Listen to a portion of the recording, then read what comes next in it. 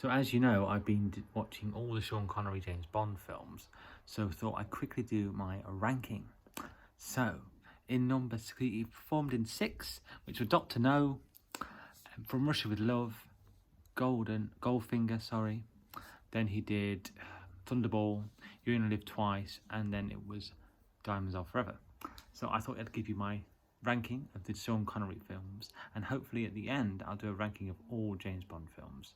So, in number 6, the Sean Connery film I like the least, and I know this will be slightly controversial, but it is Thunderball.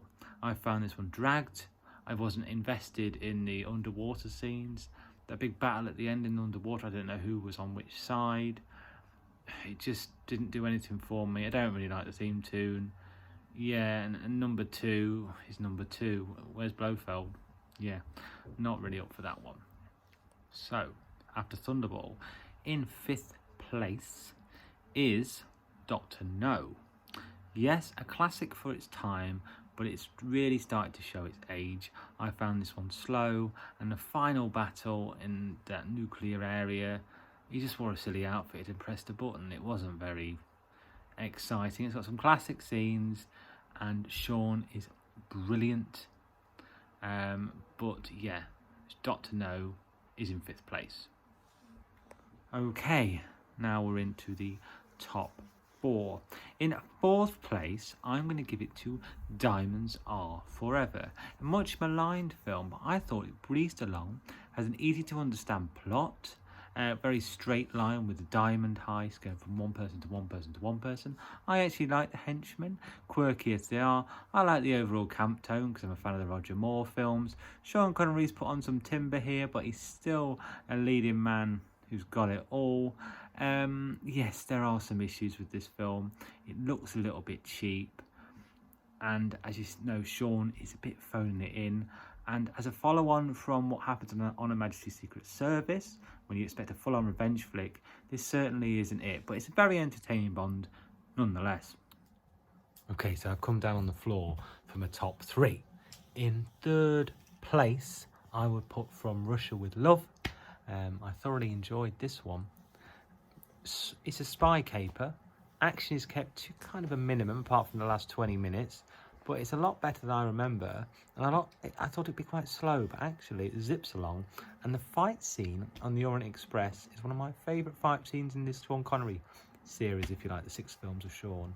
So yeah, in 3rd place, From Russia with Love. So that leads to Goldfinger and You Only Live Twice. In 2nd place. Now these two keep interchanging, but I'm going to have to go for Goldfinger.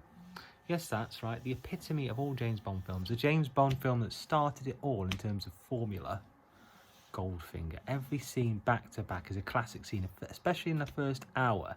Second hour loses it a little bit for me, and I'm not a massive fan of the climactic scenes when they all faint and then they all come back to alive again. It's not brilliant.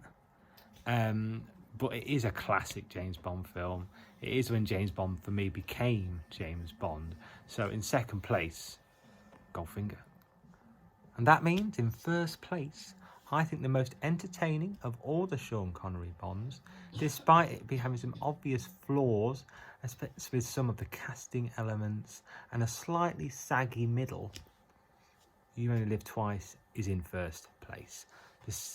The volcano base is incredible. We finally get to see Blofeld and Bond eye to eye, if you will. The final siege is brilliant. I love all the ninjas. Yeah, it's just I love the setting, the Orient. It's a great James Bond film. And I think it probably should have been Sean Connery's farewell film once he came back with Diamonds Are Forever. Despite me enjoying that one, it wasn't up to spec, really. So, in 1st place, You Only Live Twice.